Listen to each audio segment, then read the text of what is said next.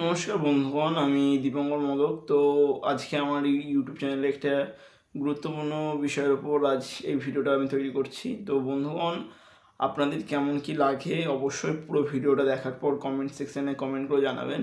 তো আজকের যে বিষয়টা হচ্ছে, আমাদের ভারতবর্ষ কেন এতটা ডেভেলপমেন্ট হতে পারেনি, যে যতটা ডেভেলপমেন্ট আমেরিকা করে গেছে তার স্বাধীনতার পরবর্তী কিছু বছর বা স্বাধীনতার পর থেকে এই অবধি, জাপান করে গেছে তার বিধ্বংসের পরবর্তী সময় থেকে এই অবধি, চায়না করে গেছে, এবং পৃথিবীর বিভিন্ন দেশ তার যে স্বাধীনতার সময় থেকে আজ বর্তমান সময় অবধি যে পরিমাণ তারা রিকভারি করেছে, কেন ইন্ডিয়া ততটা রিকভারি করতে পারিনি?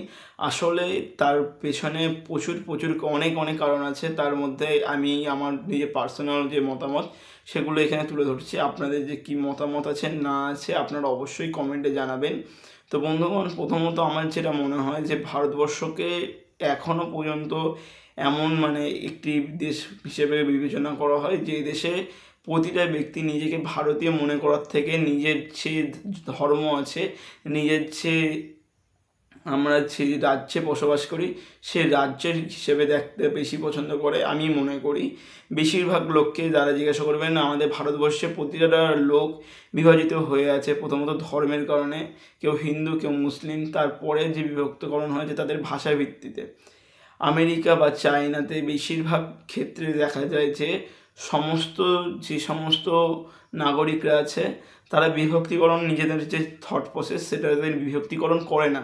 কারণ আমেরিকা বা চায়না, যখন আমি এই কথাটা কেন বলছি আমেরিকা বা চায়না এই দেশ দুটির উদাহরণ বারবার দিচ্ছি, কারণ বর্তমান বিশ্বের সবথেকে প্রগতিশীল যে উন্নয়ন করেছে সেটা হচ্ছে এই দুটি দেশ, আমেরিকা অ্যান্ড চায়না। তাছাড়াও বিভিন্ন দেশ আরও আছে, জাপান আছে, তারপর কোরিয়া আছে, তারপর রাশিয়া আছে, আরও বিভিন্ন দেশ আছে বিভিন্ন ভিউ থেকে। কিন্তু যে বেশিরভাগ ভিউ যেটা হচ্ছে সেটা হচ্ছে মাইন্ডসেটের কারণে আমাদের ইন্ডিয়া আমাদের ভারতবর্ষের লোক এখনও বিভাজিত হয়ে আছে, এবং ভারতবর্ষ মাইন্ডসেটের কারণে এখনও পিছিয়ে আছে বন্ধুগণ। সেটা আমি আপনাদের কাছে কিছু পয়েন্ট তুলে ধরছি। যে আজ আপনি ধরুন ক্রিকেট ম্যাচ দেখছেন, তখন আপনি নিজেকে ভারতীয় হিসেবে, বেশিরভাগ টাইম যখন বাংলাদেশ বা পাকিস্তানের সাথে আমাদের ক্রিকেট ম্যাচ হয় বা ক্রিকেট ম্যাচ শুরু হয়, তখন বেশিরভাগ মানুষের ভেতর দেশপ্রেম জেগে ওঠে। বা 15ই আগস্ট বা 23শে জানুয়ারি এই সমস্ত সময়ে, বা 26শে জানুয়ারি এই সমস্ত সময়ে আমাদের মনের ভেতর আমরা ভারতীয় যে যে ভারতীয় তার একটা গৌরব আসে, কিন্তু তার বেশ কিছু সময় পর গিয়ে সেই গৌরবটা আমরা হারিয়ে ফেলি। আমরা এটা ভাবি যে আমরা বাঙালি, আর আরেকজন ভাবে আমরা মারাঠি, আমরা গুজরাটি, আমরা শিখ, আমরা জৈন, আমরা এই বিবেচনা করে আমরা নিজেদের দেশটাকে পুরো একদম বিভক্তিকরণ করে রেখেছি। কিন্তু চায়না বা আমেরিকা তারা যাদের স্বাধীনতার পর থেকে যে শাসক পেয়েছিল সেই শাসকগুলোই তাদেরকে একটা রুলস এবং রেগুলেশনের মাধ্যমে তারা অ্যানাউন্স করেছিল যে আজ থেকে, আমি চায়নার কথা যদি বলি, আজ থেকে কিছু বছর পিছিয়ে যখন যাবেন, চায়না এবং ইন্ডিয়া প্রায় সম টাইমেই তারা রিকভারির টাইম শুরু করেছিল। কিন্তু চায়না এতটা ডেভেলপমেন্ট হয়েছে কারণ তখন চায়নার যে গভর্নমেন্ট ছিল সেই গভর্নমেন্ট পুরো অ্যানাউন্স করেছে আজ থেকে যে জাতিবাদ, যে জাতি সেটা পুরোপুরি বন্ধ চায়নাতে। এবং চায়না, আপনি জানলে আরও একটি বিষয় জানলে হতভম্ব হয়ে যাবেন, যে চায়নার যে গভর্নমেন্ট সেই গভর্নমেন্ট কোনো ব্যক্তিকে প্রপার্টি ডাইরেক্ট লিখে দেয় না, বা কারোর ব্যক্তিগত মালিকানাধীন কোনো সম্পত্তি থাকে না চায়নাতে।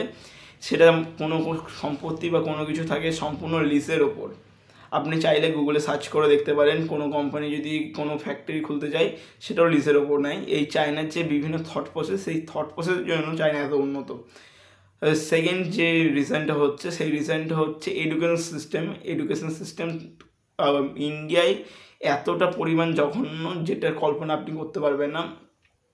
এই রিসেন্ট 2025 সালে একটি ঘটনা, চায়নার, আমি বারবার এই বিভিন্ন প্রসঙ্গে চায়নার কথাটা তুলে ধরছি কারণ চায়নার থেকে ইন্ডিয়া 100 বছরেরও বেশি পিছিয়ে আছে থট প্রসেস দিক থেকে, বিভিন্ন দিক থেকে।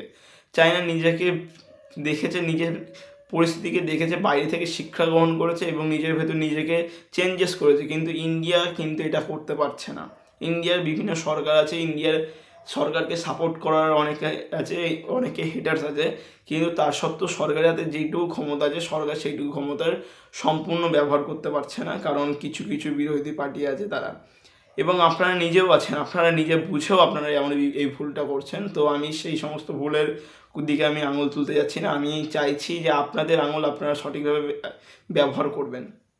আমি কোনো পার্টিকে সমর্থন করছি না বা কোনো পার্টিকে অসমর্থনও করছি না, আমি জাস্ট আমার দিক থেকে, আমার পয়েন্ট অফ ভিউ থেকে আমি এই কথাগুলো বলছি। তো আপনাদের যদি ভালো লাগে তো অবশ্যই আমার এই চ্যানেলটিকে সাবস্ক্রাইব করবেন।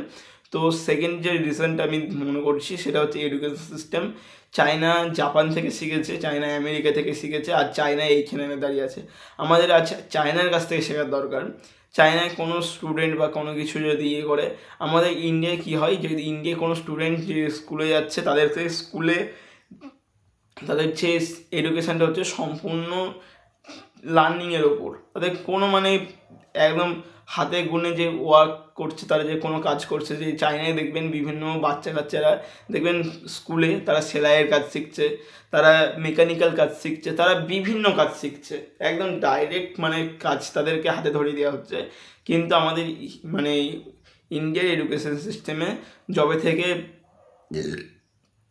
ম্যাকলের যে সিস্টেম, যবে থেকে আমাদের ভারতবর্ষের মধ্যে ইংরেজ বা ব্রিটিশরা স্বাধীনতার মানে স্বাধীন করে ফেলে ব্রিটিশরা যুদ্ধের মাধ্যমে, এবং তারা যে ডোমাইন করে তখন থেকে যে তার ইন্ডিয়ার এডুকেশন সিস্টেমটাকে পরিবর্তন করে, সেই ইন্ডিয়ান এডুকেশন সিস্টেম এখনও চলে যাচ্ছে। ইন্ডিয়া স্বাধীন হওয়ার পরও কিন্তু সেই এডুকেশন সিস্টেমকে ফলো করছে, কিন্তু চায়না বা বিভিন্ন দেশগুলো তা করেনি।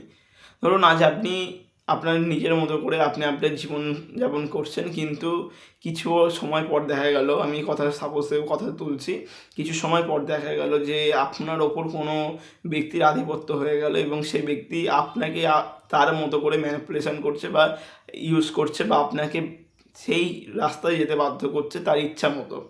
কিন্তু একটা সময় দেখা গেল সেই ব্যক্তি আপনার উপর আধিপত্য আর বিস্তার করতে পারলো না, সে আপনাকে আপনার স্বতন্ত্রতা ফিরিয়ে দিয়ে সে চলে গেল।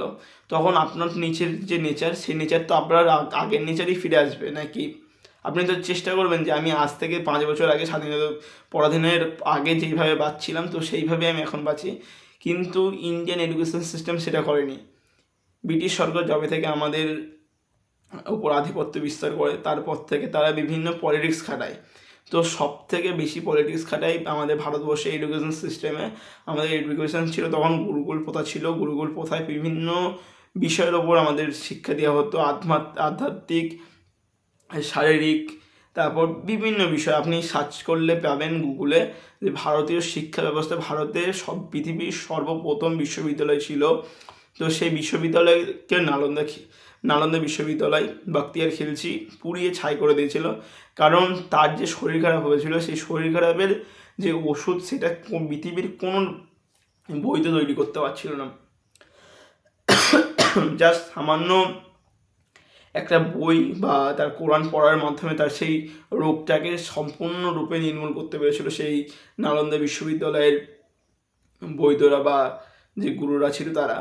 তো সেই রকমের যে একটা শিক্ষা আমাদের ভারতবর্ষে মানে ছিল, সেই শিক্ষাটাই পুরো হারিয়ে গেছে, এবং সেই শিক্ষাটা হারানোর পেছনে সব থেকে গুরুত্বপূর্ণ ভূমিকা পালন করেছে ইংরেজ একটা সরকারের একটা কর্মচারী, তার নাম হচ্ছে ম্যাকলে।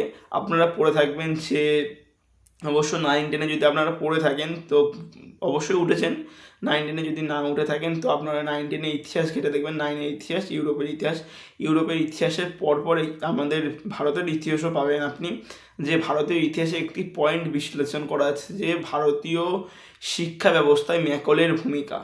সেখানে ম্যাকলেকে অ্যাজ এ হিরো দেখিয়েছে। আপনি বিশ্বাস করবেন না, আমাদের ভারতীয় শিক্ষা ব্যবস্থা এতটা জঘন্য যে আমাদের ভারতীয় শিক্ষা ব্যবস্থার এইভাবে মেরেছে, তাকে আমরা হিরো হিসেবে বানিয়ে দিয়েছি। তো সে প্রথমত এমনভাবে মেন্টালিটি করেছে আপনারা খান, খেয়ে বমি করে দেন, এবং আপনারা পাস হয়ে গেছেন, আপনাদের কাছে ডিগ্রি চলে এসেছে, আপনারা শিক্ষিত। আসলে আমি মনে করি যে আমি নিজে যেটা বিশ্বাস করি যে শিক্ষার সাথে ডিগ্রির কোনো প্রয়োজন নেই। ডিগ্রি আলাদা, নাম্বার আলাদা, এবং শিক্ষাগত যোগ্যতা সম্পূর্ণ আলাদা। আপনার ভেতরে আমি আজ যে কথাটা বলছি আপনি নিজে বাস্তবে প্রমাণ পাবেন, আপনার ভেতরের শিক্ষা আপনি নিজে জানবেন, আপনার কাছে কত টাকা আছে, আপনার কাছে কত ডিগ্রি আছে, কত নাম্বার পেয়েছেন, তার সাথে বর্তমান সময় কোনো কিছু মিল খাবে না যদি আপনি নিজের ভেতরের শিক্ষাকে প্রমাণ না করতে পারেন। নিজের ভেতরের শিক্ষাকে বাইরের জগতে প্রমাণ করার কোনো দরকার নেই, নিজে জানার দরকার আছে যে আমি কয়টুকু জানি। আপনার ডিগ্রি আছে, আপনি এমএ পাস করেছেন, আপনি বিএ পাস করেছেন, আপনি গ্র্যাজুয়েশন করেছেন, আপনি মাস্টারি করেছেন, আপনি নিট ক্লিয়ার করেছেন, কিন্তু আপনি বড় একটা ডাক্তার হয়েছেন, কিন্তু আপনার ভেতরে আপনি জানেন না যে আমি মানে কোনো একটা রোগীর ঠিকমতো চিকিৎসাই করতে পারবো না, তাহলে আপনি নিজের কাছে নিজের স্যাটিসফ্যাকশন হবেন বলুন?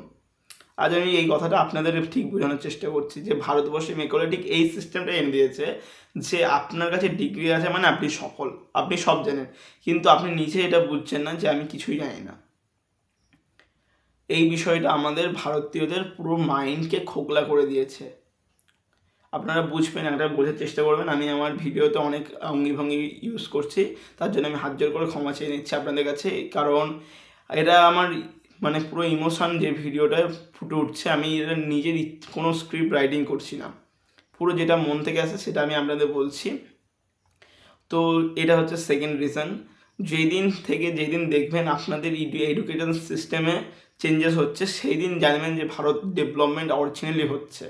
কিন্তু এর বিষয়ে কোনো পলিটিক্যাল পার্টি কথা বলবে না, এই বিষয়ে সব পলিটিক্যাল পার্টি ভাই ভাই। আপনারা একটা বিখ্যাত স্পিকারকে নাম শুনে থাকবেন, যদি নাম না শুনে থাকেন তো সার্চ করবেন ইউটিউবে। আপনাদের হাতে এখন বিশাল পাওয়ারফুল অস্ত্র আছে, এই যে টাচ মোবাইলের মধ্যে আরও একটা বিশাল পাওয়ারফুল জিনিস ঢুকিয়ে দিয়েছে, সেটা হচ্ছে ইন্টারনেট হচ্ছে এখনকার সময়ে, বর্তমান সময়ে সে অমৃত। যে হলাহল হয়েছিল না, সমুদ্র মন্থন হয়েছিল, সেই সমুদ্র মন্থনের সাথে তুলনা করতে পারেন আপনারা এই মোবাইলে আপনারা বিষ পাবেন, আপনারা এই মোবাইলে অমৃত পাবেন। তো আপনি সার্চ করে দেখবেন, ওশো বলে একজন ব্যক্তি ছিল যে তার নিজের জ্ঞানের ভিত্তিতে এত বড় এম্পায়ার তৈরি করেছিল, যে এত বড় গুরুকুল তৈরি করেছিল যে আমেরিকার সরকার পর্যন্ত ভয় পেয়ে গেছিল। তো সেই ওশোর একটা আমি কথা বলছি, যে ওশো বলেছিল যে কথাটা আজ আমি আপনাদের বলছি, আপনারা বাস্তবে মিলাবেন। যে পলিটিশিয়ানদের যখন দেখবেন, পলিটিশিয়ানরা সব ক্ষেত্রে আপনি একে সাপোর্ট করছেন, আপনি ওকে সাপোর্ট করছেন, কেউ বিজেপি, কেউ সিপিএম, কেউ কংগ্রেস, কেউ তৃণমূল। আমি কোনো পার্টির বিষয়ে কথা বলছি না, সব পার্টি ভালো, সব পার্টি খারাপ, সবার হাত ভালো, সবার হাত গন্ধ। আমি সেই বিষয় থেকে একদম সাইডে। সবার ক্ষেত্রে আমি একটা কথা, জয় হিন্দ জয় ভারত, আমি সবাইকে সাপোর্ট করছি, কাউরি বিরোধী করছি না। আমার বিরোধিতা সেই চিন্তা ভাবনার সাথে যারা এখনও পর্যন্ত সেই ওল্ড মডেলকেই ফলো করছে, ব্রিটিশ রুলকেই ফলো করছে। ভারত স্বাধীন হয়েছে, ভারত স্বাধীনতার সাথে সাথে ভারতের যে নিজস্ব সত্তা, সেই নিজস্ব সত্তাকে খুঁজে বের করবে যেদিন যে সরকার, সে সরকার সত্যিকারের আমার অভ্যন্তরীণ সমর্থন পাবে। তো এটা হচ্ছে যে ওশো যে বলেছিল যে পলিটিশিয়ান, প্রতিটা ব্যক্তি পলিটিক্স বা বিভিন্ন পার্টিকে সাপোর্ট করে, কিন্তু তারা কি পায়? তারা আসলে পায় এই ঠেঙ্গা মানে এটা বুড়ো আঙুল, তারা কাঁচকলা পায়, কাঁচকলা বাংলা ভাষায়, বুঝলেন তো? আপনি সাপোর্ট করবেন, আপনি পাবেন, কিন্তু কেউ এডুকেশন সিস্টেমে কোনো কথা বলবে না, কারণ প্রতিটা এডুকেশন সিস্টেম যেদিন, মানে প্রতিটা ব্যক্তি যেদিন এডুকেশন সিস্টেমের মধ্যে দিয়ে ঢুকে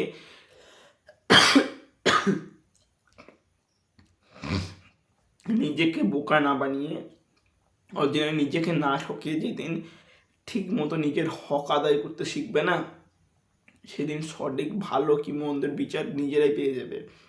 ওসর লাইনটা হচ্ছে, ওসর যে বক্তব্য, সেই বক্তব্যটা হচ্ছে যে পলিটিক্স যারা করে তারা কখনোই যারা পলিটিক্স করে, আপনি ধরুন কোনো পলিটিক্স পার্টিকে সাপোর্ট করছেন, আপনি সাপোর্ট করে যাবেন, আপনি কোনো লাভবান হবেন না।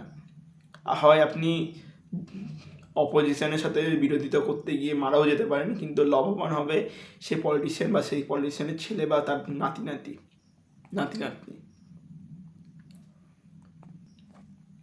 আর আপনি হারাবেন আপনার নিজেকে, আপনি নিজের ফ্যামিলিকে, নিজের সন্তানিকে। তো এটা হচ্ছে ঐশ্বর্য কথা, যে পলিটিক্স যারা করছে, তাদের যারা সাপোর্টার, তাদের কোনোই ফায়দা পাবে না। যেই দিন না তারা এডুকেশন সিস্টেমটাকে চেঞ্জেস করবে কোনো পলিটিক্যাল পার্টি, সেই দিন তারা ফায়দা পাবে, আর নয়তো তারা পাবে এই কাঁচকলা। বুঝলেন তো? তো আজ থেকে আপনারা প্রথমত এই ভারতবর্ষের মধ্যে যেটা হয়ে গেছে সেটাকে চেঞ্জ করার মতো ক্ষমতা না আমার আছে, না একা আপনার আছে, আমাদের সবার আছে। থট প্রসেস পাল্টান। এখনও আমি বলছি না যে সবার থট প্রসেস এক হবে, সবাই সাপোর্ট করবে, সবাই আমার চিন্তাধারাকে সমানভাবে সামঞ্জস্য দেবে, এটা কখনোই হতে পারে না। অপোজিশন বিরোধিতা করে গেছে, আমারও সবারই বিরোধিতা আছে। আমি বলছি না যে আমাকে সবাই সাপোর্ট করবে, কিন্তু অধিকাংশ লোক যদি এই বিষয়টার উপর চিন্তাভাবনা করে যে নিজেকে না ঠকিয়ে নিজেকে জিতে, ধরুন আপনি 100 নাম্বার পেলেন, কিন্তু আপনি পলিটিক্যাল পার্টির পাওয়ারে আপনাকে পার্টির লোক থেকে আপনার স্কুলে প্রেসারাইজ করা হলো যে এই স্টুডেন্টটা আমাদের সাপোর্টার, একে 100 মধ্যে 90 নাম্বার দিয়ে দিবা, সাপোজ আমি কথাটা বলছি, বা 100 মধ্যে 85 দিয়ে দিলে, কিন্তু আপনি স্কুলের যে এডুকেশন সিস্টেমের সে কোনো একটা চ্যাপ্টার ঠিকমতো পড়লেনই না, কিন্তু আপনি পাস হয়ে গেলেন, নিজেকে ঠকালেন, নিজের সময়কে ওয়েস্ট করলেন, জ্ঞান কিছুই পেলেন না, সাপোর্ট করে গেলেন, কিন্তু একটা সময় পরে গিয়ে দেখবেন নিজেই ঠকে গেছেন। যে মনে করছেন যে আমি বাদবাকি স্টুডেন্টগুলোকে ঠকিয়েছি, একে ঠকিয়েছি, স্কুলকে ঠকিয়েছি, কিন্তু অ্যাকচুয়ালি আপনি নিজে ঠকেছেন। ঠিক সেমন বিষয় হচ্ছে এখন। আর আমাদের ইন্ডিয়ানরা না নিজেদের প্রচুর ওভার স্মার্ট মনে করে এবং প্রচুর চালাক মনে করে, যেই কারণে তাদের আজ এই অবস্থা। বিগত 50 বছর বা 100 বছরের মধ্যে কি হবে না হবে আমি সেটাও প্রিডিকশন করে বলছি যে আগামী কিছু বছর পর গিয়ে আমাদের ভারতবর্ষ বিভক্ত হবে কতগুলো খণ্ডে। তার কারণ হচ্ছে আমাদের ইন্ডিয়ার যে থট প্রসেস, সেই থট প্রসেসের কারণে। চিন্তা করে দেখবেন আমার কথাটা মিলিয়ে নেবেন অক্ষরে অক্ষরে। এইটুকু আমি আজ বলে গেলাম। যদি ভারতবর্ষকে বৃহৎ একটা শক্তিশালী রাষ্ট্র করতে হয়, তো সর্বপ্রথম নিজেদের চিন্তা ভাবনাকে পাল্টাতে হবে, নিজেদের শিক্ষা গ্রহণ করতে হবে, শিক্ষা অধিকৃত করতে হবে। আমি কিছুই জানি না, আমি অবশ্য কিছুই জানি না, এই জ্ঞানে আমি বিশ্বস্ত। আপনারা এমন হাজারো হাজারো স্যারকে পেয়ে যাবেন, খান স্যারকে পেয়ে যাবেন, প্রচুর স্যারকে পেয়ে যাবেন, যাদের কাছ থেকে কিছু অন্তত ইউরোপে শিখবেন। এই যে আপনার হাতে যে হলাহলের যে দরটা আছে না, এটা হচ্ছে ইন্টারনেট। তো এই ইন্টারনেটকে সঠিক মাধ্যমে ইউজ করুন, দেখবেন অনেক কিছু শিখতে পারবেন। যদি আমার এই ভিডিওটা ভালো লেগে থাকে তো প্লিজ আমার চ্যানেলটিকে একটু সাবস্ক্রাইব করে দেবেন, সাপোর্ট করবেন। আমার ইচ্ছা আছে যে ভারতবর্ষকে আগামী 10 বছর বা 20 বছরের মধ্যে পৃথিবীর শ্রেষ্ঠ স্থানে আমি দেখাবার ইচ্ছা প্রকাশ করছি। এটা আমার একার দ্বারা সম্ভব নয়, এটা আপনাদের সবার চেষ্টার দ্বারা সম্ভব। আপনারা এই যে জাতিবাদে বিশ্বাস করছেন, আপনারা এই যে ধর্মবাদে বিশ্বাস করছেন, আমি কথাই বলছি যে যেই দিন আপনারা এই জাতিবাদ এবং এই ধর্ম বিশ্বাসকে পেরিয়ে, এই বেড়াজালকে পেরিয়ে আপনারা এর ঊর্ধ্বে যেতে পারবেন, সেই দিন আপনাদের দেখবেন যে ডেভেলপমেন্ট, যে উন্নতি, সেটার হার কতটা বারে বৃদ্ধি পায়। আমার গলা শুকিয়ে যাচ্ছে কথা বলতে, তবুও আমি ভিডিওটা চালিয়ে যাচ্ছি। আমি সত্যি মন থেকে চাই যে ভারতবর্ষ একটা শক্তিশালী রাষ্ট্র হিসেবে গড়ে উঠুক, কারণ ভারতবর্ষের যে জনগণ পৃথিবীর সবথেকে জনবহুল রাষ্ট্র হচ্ছে বর্তমান সময়ে আমাদের ভারতবর্ষ। আমেরিকা মাত্র আমাদের ওয়েস্ট বেঙ্গল সমান জনগণ নিয়ে পুরো অল ওভার ওয়ার্ল্ডকে কিংডম হিসেবে রাজত্ব করে যাচ্ছে। ভাবুন তাদের থট প্রসেসটা কত। আমাদের ভারতবর্ষে 150 কোটির কাছে জনসংখ্যা, তবুও তারা পারছে না ভারতবর্ষ পৃথিবীর নাম্বার 1 হতে। কেন পারছে না, এটা একবার নিজে কোশ্চেন করবেন। আমার চ্যানেলটা আপনারা অনেকে মনে করবেন যে কি চ্যানেল সাবস্ক্রাইব করবো, এই সাবস্ক্রাইব করলে আস্তে আস্তে সাবস্ক্রাইবার বাড়লে এর টাকা পাবে। আরে আমার টাকার দরকার নেই, আমি আমার কাজ কমিটমেন্ট করে গেলাম। আমার এই চ্যানেল আমি যতদিন করবো, এই চ্যানেল আমার মনিটাইজেশন অন করবো না, আমি এটা কথায় দিয়ে গেলাম। আপনারা যদি এতদূর ভিডিওটা দেখে থাকেন তো প্লিজ চ্যানেলটিকে সাবস্ক্রাইব করে দেবেন। Thank you. জয় হিন্দ, জয় ভারত।